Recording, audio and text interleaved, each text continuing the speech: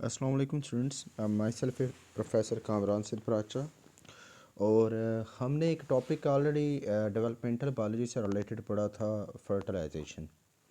But उस fertilisation को अच्छी तरह से समझने के लिए हमें जो गैमीट्स हैं उनके बारे में पता होना चाहिए कि जो मेल की तरफ से गैमीट्स पैदा होते हैं वो कैसे होते हैं, एंड द फीमेल गैमीट्स वो कैसे होते हैं। We should know about the structure of male and female gametes, उनके स्ट्रक्चर के बारे में, उनके प्रोडक्शन के बारे में, इसके बारे में हमें टोटली पता होना चाहिए। जैसे फॉर एग्ज़ाम्पल हम स्ट्रक्चर ऑफ गैमीट्स में आज पढ़ेंगे स्ट्रक्चर ऑफ स्पर्म को। A complex dialogue exist between egg and sperm. The egg activate sperm metabolism is essential for fertilization. कहता है कि जो एग और स्पर्म है उनके दरमियान एक स्ट्रॉन्ग इंट्रैक्शन है, जिसमें एग क्या करता है, स्पर्म को एक्टिवेट करता है और फर्टिलाइजेशन होती है, और बदले में स्पर्म जो होता है वो एग को एक्टिवेट करता है और डेवलपमेंटल प्रोसेस क्या होता है, स्टार्ट होता है। Before we investigate these aspects of fertilization, इन फर्टिलाइजेशन के एक्सेप्ट को पढ़ने से पहले we need to consider the structure of sperm and egg and the two cell step specialize for fertilization. हमें जो एग और स्पर्म है उनके स्ट्रक्चर के बारे में पढ़ना चाहिए, ठीक है, जो कि स्पेशलाइज्ड हैं किसके लिए, फर्टिलाइजेशन के लिए। ठीक है बेटा, तो हम स्टार्ट करेंगे स्ट्रक्चर ऑफ। ओके जी, इस स्लाइड से हम स्ट्रक्चर ऑफ स्पर्म शुरू करेंगे। स्पर्म के स्ट्रक्चर में मतलब हेड आ जाएगा, टेल आएगी और मिड पीस आएगा। ये मतलब उसमें ना तीन बेसिक स्ट्रक्चर्स आ जाती हैं। हेड क्या है जी? Each sperm cell is consist of haploid nucleus. हर स्पर्म सेल के पास एक हैप्लॉइड न्यूक्लियस होता है जिसमें हाफ नंबर ऑफ क्रोमोसोम्स होते हैं, और एक प्रपल्शन सिस्टम होता है टू मूव द न्यूक्लियस, और एक ऐसा सिस्टम जो न्यूक्लियस को क्या करेगा, मूव करवाएगा। And a sac of enzyme that enable nucleus to enter the egg, और एक एंजाइम का थैला जो कि फ्यूज़ होके जो एग के मतलब बाहर कवरिंग होगी उसे डाइजेस्ट करेगा और न्यूक्लियस को इंटर होने में मदद देगा एग में। In most species, almost all of the cell cytoplasm is eliminated during sperm maturation. ज़्यादातर जो sperm maturation है उसके दौरान जो sperm होता है वो अपने सारे साइटोप्लाज्म को निकाल देता है। जस्ट न्यूक्लियस रखता है, सेंट्रियोल रखता है, एक्रोसोमल वेसिकल रखता है, और बाकी सारा साइटोप्लाज्म दे देता है। इसकी वजह सिर्फ इतनी है कि जो sperm है उसने मूव करना है, मोटाइल होता है, वो ट्रैवल करके एग के तक जाता है। तो इस वजह से उसे लाइट बनाने के लिए उसका जो साइटोप्लाज्म होता है उसे एलिमिनेट किया जाता है। Living only certain organelles, just चंद ऑर्गेनली हैं जो कि मॉडिफाइड हो जाते हैं फॉर स्पर्मेटिक फंक्शन। जैसे सेंट्रियोल है वो फ्लैजेला बना लेगा, और माइटोकॉन्ड्रियाज हैं वो नेक के करीब अरेंज हो जाएंगी, और एंडोप्लाज्मिक रेटिकुलम जो उनसे गोल्जी अपरेटस जो है वो तब्दील हो जाएगा किस में, एक्रोसोमल वेसिकल्स में। So during the course of maturation, the sperm haploid nucleus become very streamlined. जब मैचुरेशन हो रहा होता है जो स्पर्म का न्यूक्लियस होता है वो स्ट्रीमलाइंड हो जाता है। ऐसे कह लें कि न्यूक्लियस कंडेंस हो रहा है, बट क्रोमोसोम्स या क्रोमेटिन मटेरियल की क्वाइलिंग वगैरह नहीं होगी। बस हाँ, न्यूक्लियस सिकुड़ेगा, पतला होगा और लंबूतरा हो जाएगा, स्ट्रीमलाइन हो जाएगा, ताकि वो आसानी से स्पर्म से एग के अंदर इंटर कर सके। And it's DNA become tightly compressed, इसके डीएनए भी कंप्रेस्ड हो जाएंगे। In front of this compressed haploid nucleus lies the acrosomal vesicle और एक्रोसोम। कहते हैं इस न्यूक्लियस के बिल्कुल सामने एक छोटा सा थैला होगा, उस थैले को आप एक्रोसोमल वेसिकल या एक्रोसोम कह सकते हैं। And acrosome is dried from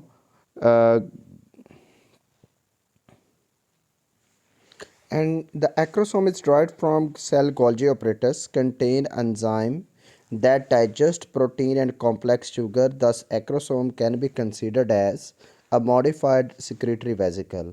कि ये जो एक्रोसोम है जो कि न्यूक्लियस के फ्रंट पे मौजूद है, ये गोल्जी ऑपरेटस से ही ड्राइव किया गया है, और इसके अंदर ऐसे एंजाइम हैं जो प्रोटीन और कॉम्प्लेक्स शुगर को क्या कहते हैं, डाइजेस्ट कर देते हैं।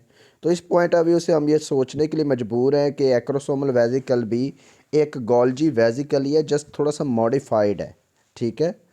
The enzyme stored in acrosomes is use to digest path through the outer covering of the egg.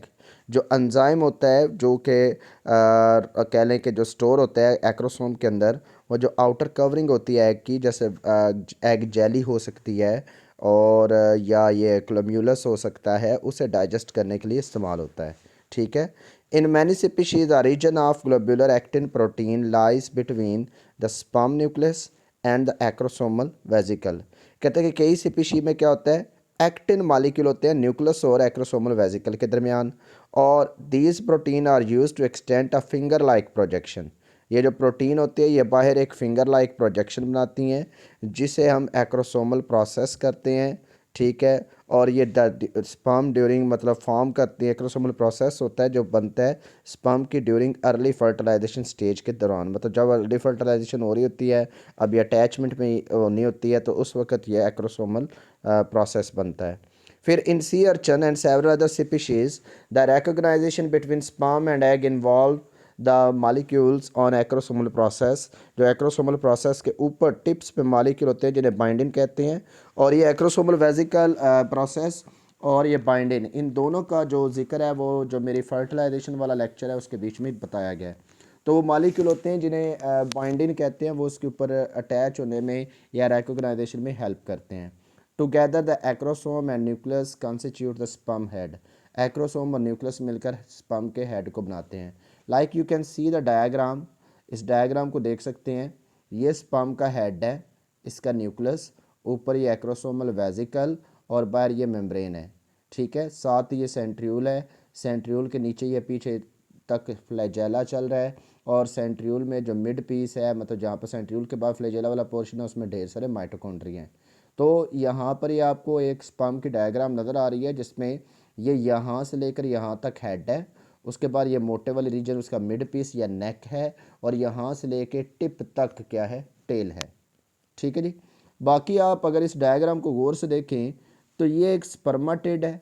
इस स्पर्माटिड में ये गोल बड़ा सा न्यूक्लियस है, ये सेंट्रियूल है और ये गोल्जी अपरेटस है। अब आप देख सकते हैं जो गोल्जी अपरेटस है उसने एक छोटा सा वेजिकल बनाया है जिसे गोल्जी वेजिकल कह सकते हैं, जो बड़ा हो रहा है, और जो न्यूक्लियस है उसमें कंडेंसेशन चल रही है, और जो कह लें सेंट्रियूल है उसने फ्लैजेला बनाना क्या किया, शुरू किया है। नेक्स्ट अगर आप डायग्राम को गौर से देखें तो वो जो गोल्जी वेजिकल था वो बड़ा हो रहा है, न्यूक्लियस उकड़ के छोटा हो रहा है, और फ्लैजेला थोड़ा सा और बड़ा हो गया है।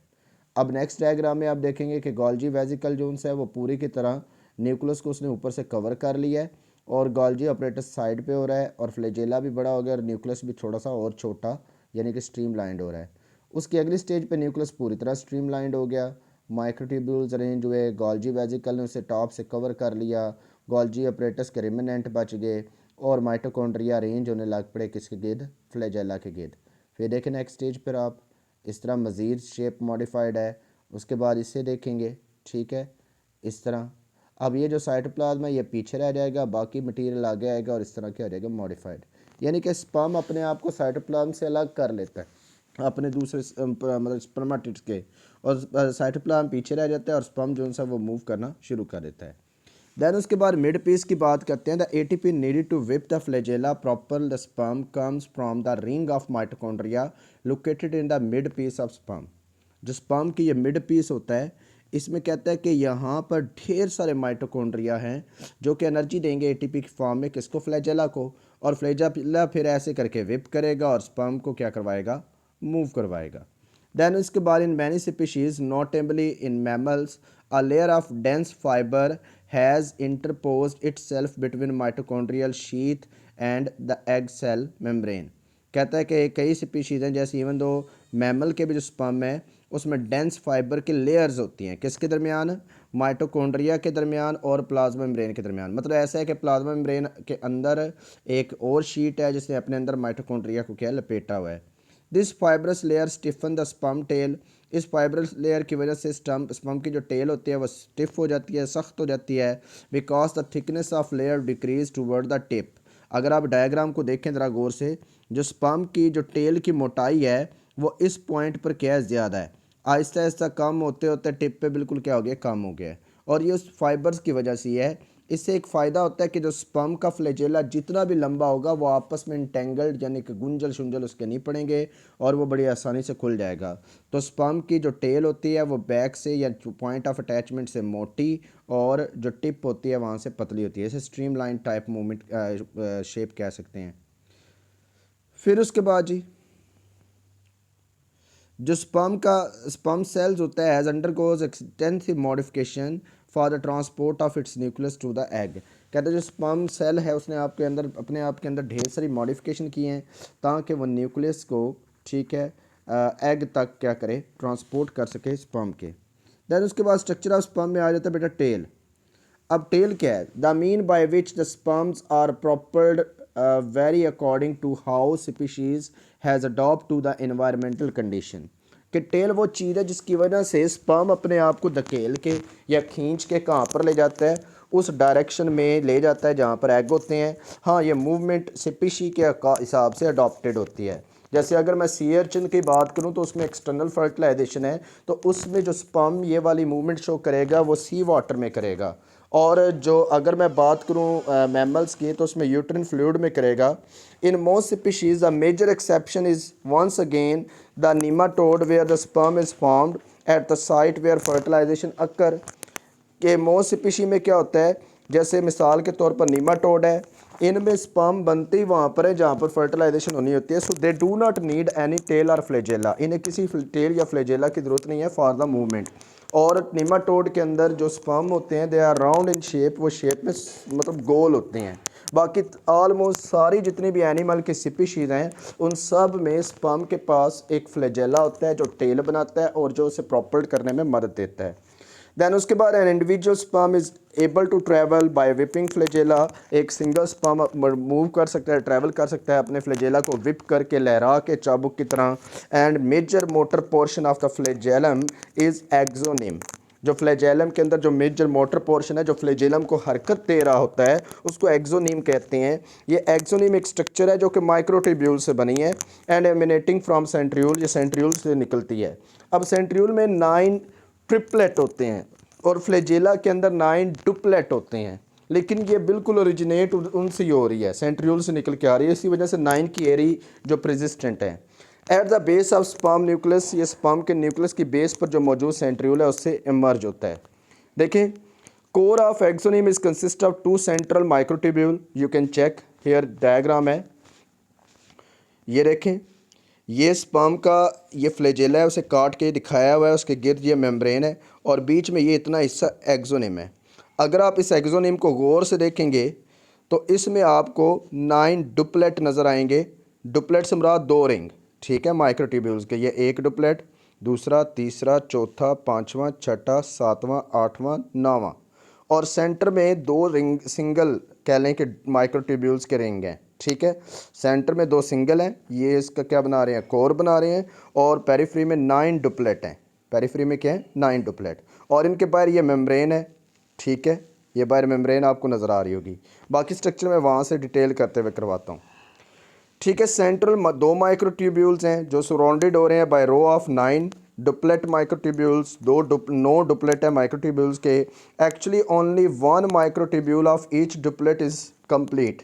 एक माइक्रोट्यूब्यूल कंप्लीट है हैविंग 13 प्रोटोफिलामेंट, जिसमें 13 प्रोटोफिलामेंट है, छोटे छोटे मिलकर वो पूरा एक ट्यूब्यूल बना रही हैं।